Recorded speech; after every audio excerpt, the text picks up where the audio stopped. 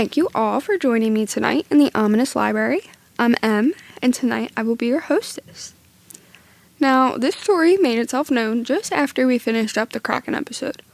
I forgot my phone in the archives and ran back to get it, and there it was waterlogged on our table, and I knew it was calling to me. I didn't believe in sea monsters when this happened. I still don't. At least, not in the way people think of them. I don't picture legends rising out of the water with intention or malice. What I believe now is worse.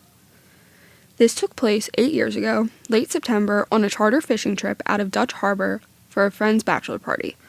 I'm not naming the boat or the captain, not because I'm hiding anything, but because the men who came back agreed, without saying it out loud, to let the story die where it should have. Out there. There was a total of 5 of us, plus the captain, and first mate. This wasn't our first charter, so as for nerves, there were none. A family member recommended the boat we chartered because the captain had years of experience fishing in these waters. That morning, he stood at the helm longer than usual, staring at the sea as if he was trying to remember something he'd forgotten. The water was flat, not calm, like a new sheet of ice just finished at a rink. No swell, no chop that should have been the first sign. But at the time, we talked about how lucky we were. We were just about 40 miles offshore when the captain cut the engines to drift. That's when the sound stopped. Not the engine, the ocean. Anyone who's spent time on the sea knows there's always noise. Wind in the rigging, waves crashing against the hull of the boat, birds are calling somewhere you can't see. That morning, once the engines shut down, it was like we put on noise-canceling headphones. At this point, that random uncomfortable nervousness took over some. The sonar was the second sign something was off.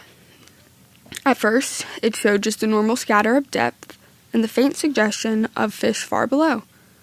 Then the screen pulsed and reset. When it came back on, there was a mess beneath us. We just figured the screen shorted out or something as this thing was too wide and too dense. The captain leaned in close to the display and gave it a few taps with his hand. He didn't say anything, just adjusted the gain and frowned. I asked him what it was. Probably just the screen is going bad, that thing's old, he said. He didn't sound convinced, and I swore I had heard the first mate say that he had just installed the sonar. We dropped lines anyway. We were there to fish, but also to have some fun, so we cracked a few cold ones. All of a sudden, this cold seeped up through the deck and through my boots. The air grew thick and smelled wrong. It lost that smell of salt.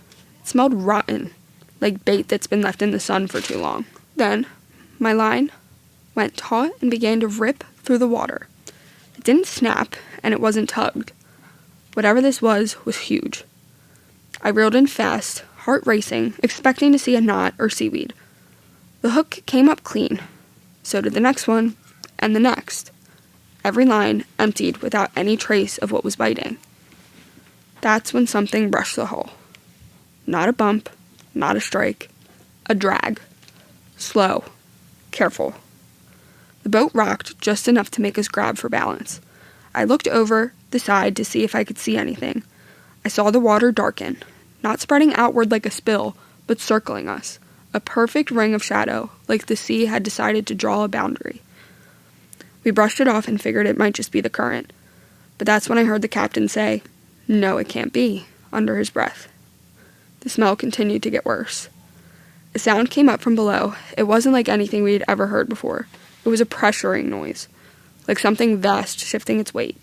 That's when the deck began to vibrate, as if it was being used as a tuning fork. And then the tentacles appeared. They rose out of the water along the starboard side. 3 of them at first, pale and rigid, each with suckers the size of dimmer plates. They pressed against the hull, sealed, and then released with a wet popping sound. No one spoke. Another one surfaced near the stern, and then another. The captain tried the engine. Nothing. The water around us began to move, not in waves, but in a slow rotation. A lazy spiral forming around the boat, pulling debris inward as if this thing just started a whirlpool in a backyard pool. A glove slipped off the deck and vanished without a splash. Then a tentacle broke the surface on the port side. It rose slowly, deliberately, as if testing the air. thick as a mess on a sailboat. It was pale underneath, darker along the top, scarred and pitted like an old stone. Suckers lined its length, dozens of them. At this point, everything felt like someone pressed pause on a video game. We sat there for what felt like hours, but it was a few seconds, as it rested there before wrapping the boat. The railing folded instantly. The boat screamed for mercy as pressure increased. It tilted hard enough that one of us slid across the deck and was almost thrown off the deck, if it wasn't for the first mate grabbing his shirt and pulling him back. Another tentacle surfaced near the stern, coiling around the propeller with slow certainty.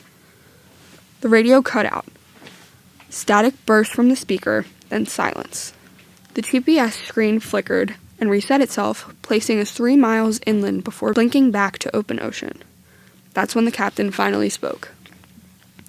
"My grandfather told me a story," he said. His voice was steady, which terrified me more than panic would have. "In Norway, about a thing that sailors thought was an island. You could fish off of it, anchor to it." Another tentacle surfaced. He said when it moved, the sea moved with it. One of the guys screamed as a sucker sealed around his leg, pinning him against the side of the boat. We took a boat hook and jabbed the tentacle to break him free, all of us freaking out and yelling in pure panic. When we shouted, the water turned harder. When metal struck metal, the pressure increased. "Kill the lights," he said. "No noise." The captain understood before the rest of us. He cut everything. We sat in total silence as the tentacles loosened. One slid back into the water, then another. The spiral slowed. We drifted until dawn before another boat came across us. They had us come on board and towed the boat back to the marina. The report said equipment malfunction. The sonar data ended up being corrupted after they tried powering it back on. The whole damage was blamed on debris. Sitting here today, I still smell it sometimes. That rot. That cold. They say that people experience crazy things on the water and consider them fish stories. But I know these are stories.